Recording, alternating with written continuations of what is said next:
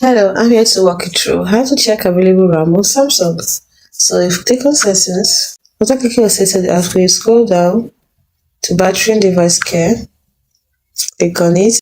You can also see it's RAM Plus over here, the third option here, RAM Plus, you click on it. RAM Plus uses your phone storage space to provide virtual memory. You choose more virtual memory to allow more apps to stay open in the background. You choose less virtual memory to keep more storage space free.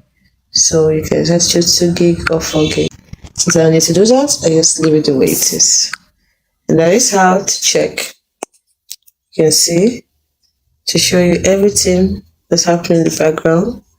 That's using up your memory, the memory available, the one used, how to free them up, resident apps, memory resident apps. You put them in deep sleep. That is how to check available RAM on Samsung.